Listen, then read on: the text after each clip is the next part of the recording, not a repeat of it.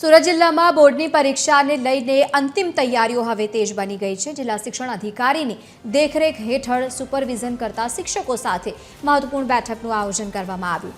Supervision કરતા શિક્ષકોને જરૂરી માર્ગદર્શન પણ આપવામાં આવ્યું હતું। સ્ટ્રોંગ રૂમની મુલાકાત લઈ અને વ્યવસ્થા પણ ચકાસણી કરવામાં આવી છે। સુરત જિલ્લામાં 561 શાળાઓ માટે 14 ઝોન નક્કી કરવામાં આવ્યા છે અને જેમાં 9 એસએસસી અને 5 એચએસસી ઝોનનો સમાવેશ થાય છે। પ્રશ્નપત્ર સ્ટ્રોંગ રૂમમાં પહોંચ્યા બાદ 24/7 કડક દેખરેખ હાથ રાખવામાં આવશે અને તેમજ સ્ટ્રોંગ રૂમનું પણ લાઈવ સ્ટ્રીમિંગ શિક્ષણ અધિકારી અને ગાંધીનગર વિભાગ જોઈ શકશે। રૂમ ખોલવા અને બંધ કરવાની સમયસૂચિ પણ ઓનલાઈન ટ્રેક થશે। પરીક્ષા પદ્ધતિ અંગે સ્ટાફની તાલીમ, સરકારી પ્રતિનિધિ માટે સૂચનાઓ સાથે ખાસ ફાઇલ તૈયાર કરવામાં આવી છે। આ ઉપરાંત ફાઇલમાં સેન્ટરના લોકેશનનો QR કોડ પણ આપવામાં આવ્યો છે।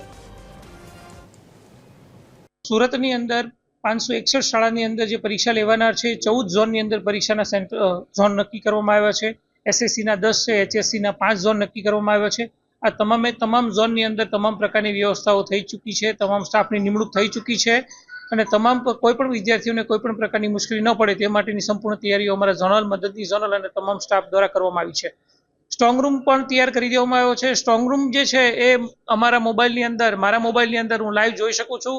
કોઈ પણ સ્ટ્રોંગ રૂમ ક્યારે ખોલવામાં આવ્યો છે, ક્યારે બંધ કરવામાં આવ્યો છે તેનું લાઈવ સ્ટ્રીમિંગ હું ગમે ત્યારે 24 કલાક જોઈ શકે અને રાજ્ય કક્ષાએથી પણ જોઈ શકાય તેવી પ્રકારની વ્યવસ્થા કરવામાં આવી છે।